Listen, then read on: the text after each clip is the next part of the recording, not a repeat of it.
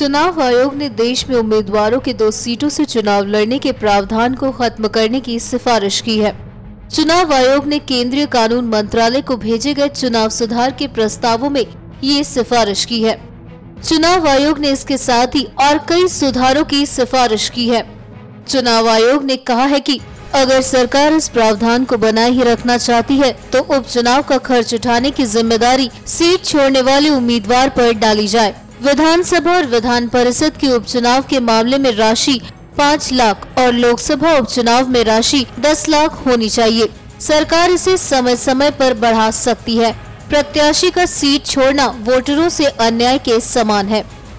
इससे पहले चुनाव आयोग ने 2004 में भी इसकी सिफारिश भेजी थी, लेकिन इस पर आगे कोई कार्रवाई नहीं हुई।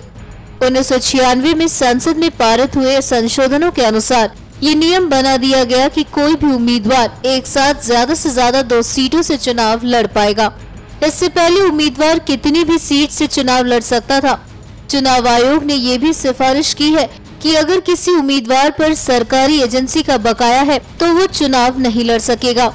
ऐसे में चुनाव आयोग का ये कदम अगर लागू हो जाता है तो भारतीय लोकतंत्र में ये मील का पत्थर साबित हो सकता है।